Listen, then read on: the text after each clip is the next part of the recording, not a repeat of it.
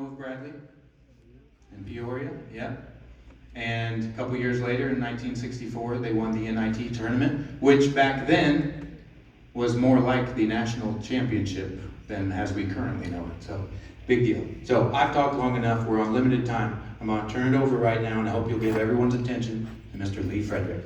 I'm going to give this to Spencer, and this is what I got from the Hall of Fame a couple weeks ago in Bloomington. And it just says that I'm a Hall of Famer in the Illinois Basketball Coaches Association. I don't need it. Maybe we can put it in a trophy place and do it that way. Yeah. I'm not going to take up much of your time.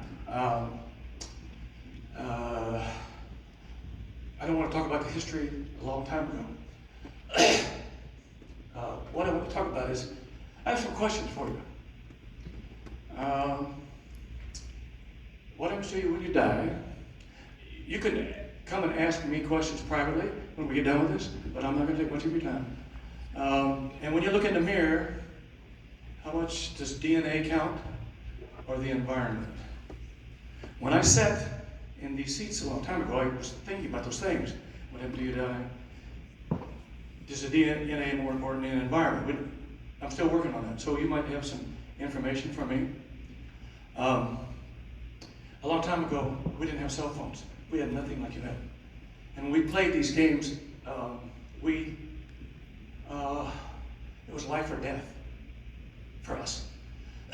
We would lose a game in maybe 2 weeks before we could talk. One of my teammates down there, stand up. He's still living. You know, Denny Gregory. He was a sophomore. He's the only guy here from our team. If we lost, it was a week or 2 weeks we cried. It was a terrible thing. I think that's changed now.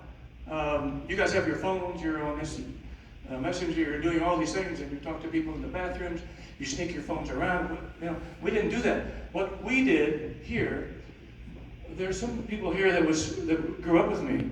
We were free-range chickens. We roamed the town. Our farm friends, we'd go work there. We did everything as freely as possible. The doors were open at the school. We just had so much freedom. Now, when I try to get into the building, I had to make a call to get the door open. You know? So back then, it was free. We were ignorant. We didn't know anything. I was telling Spencer that when I went to Bradley to interview for a scholarship, the coach took me and he offered me a shrimp cocktail. And I thought he was trying to trick me to see if I drank. That's how unaware we were of anything. We just didn't know anything. So the one thing I want to emphasize is that